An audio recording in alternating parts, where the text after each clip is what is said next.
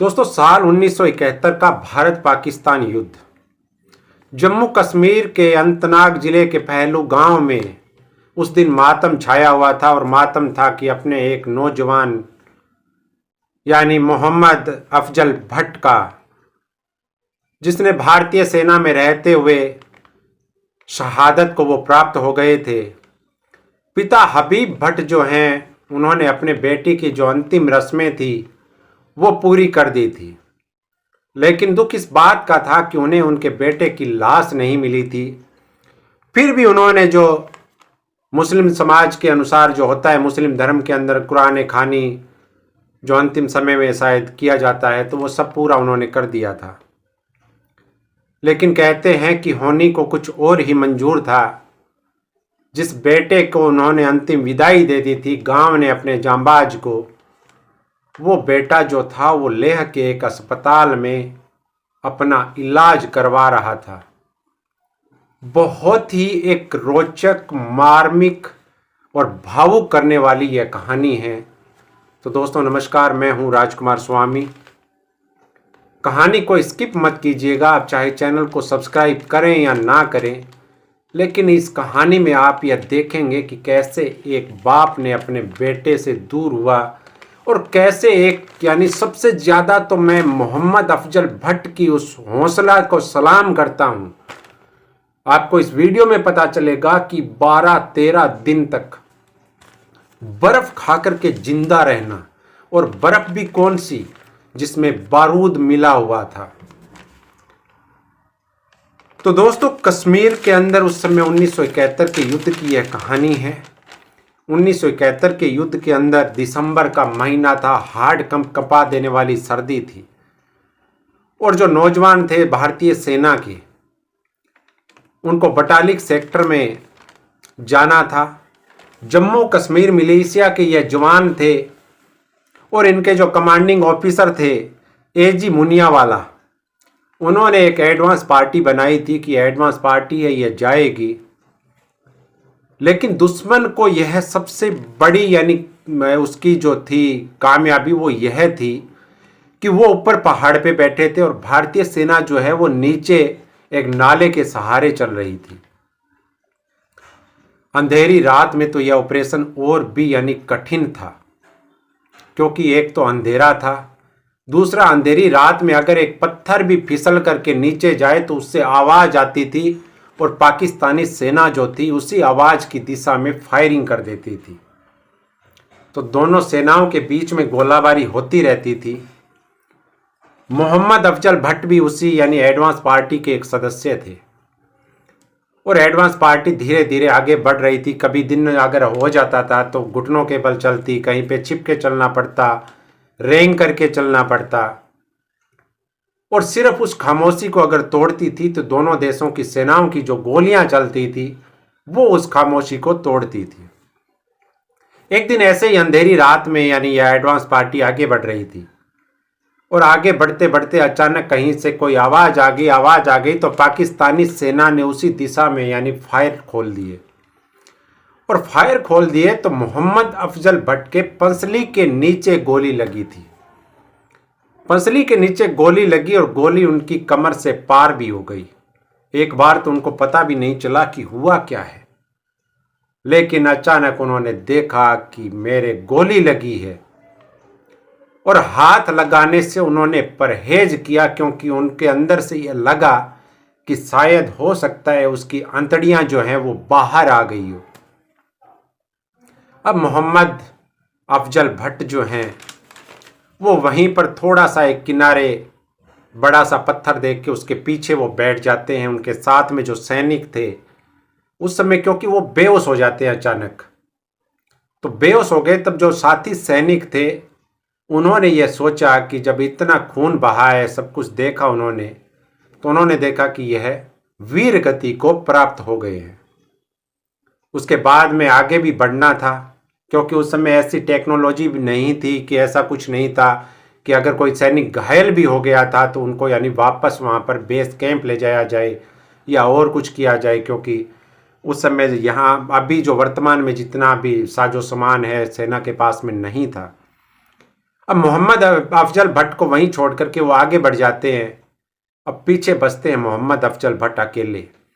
उनके पास एक light machine gun थी और लगभग 5000 गोलियों के बॉक्स थे, गोलियां थी उनके पास।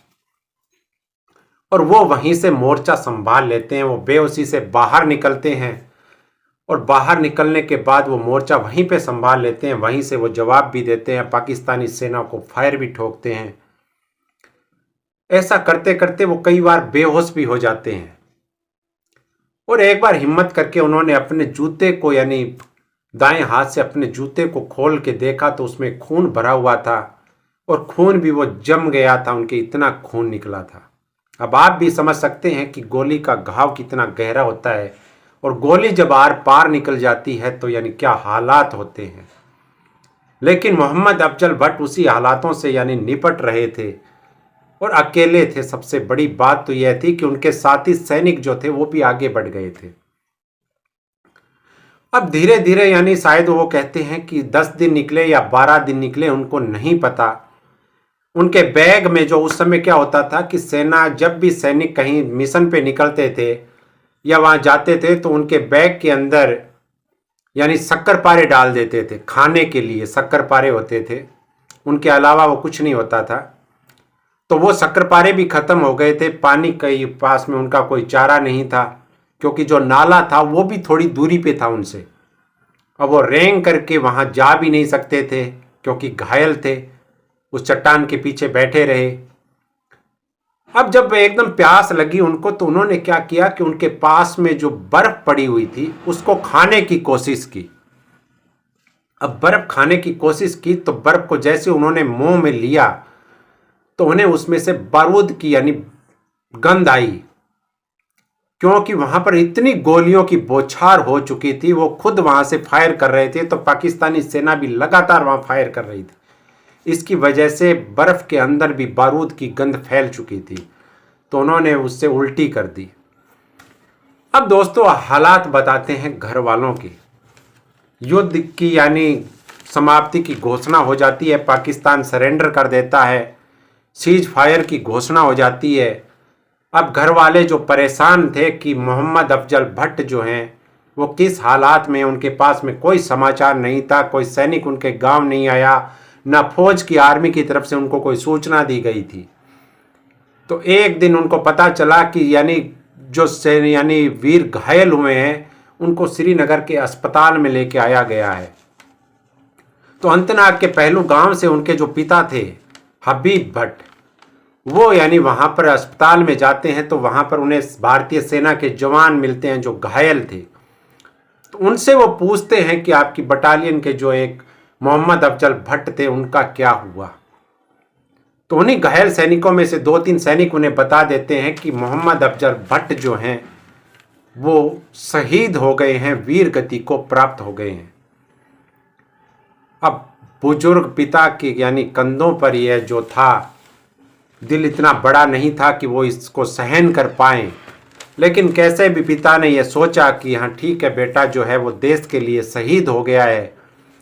तो वो वहाँ से वापस अपने गांव लौट जाते हैं और गांव लौट करके मोहम्मद अफजल की जो अंतिम यानी रस्में जो भी होती है वो पूरी कर देते हैं। पूरा गांव जो है शोक में था, अपने सपूत को सलाम कर रहा था।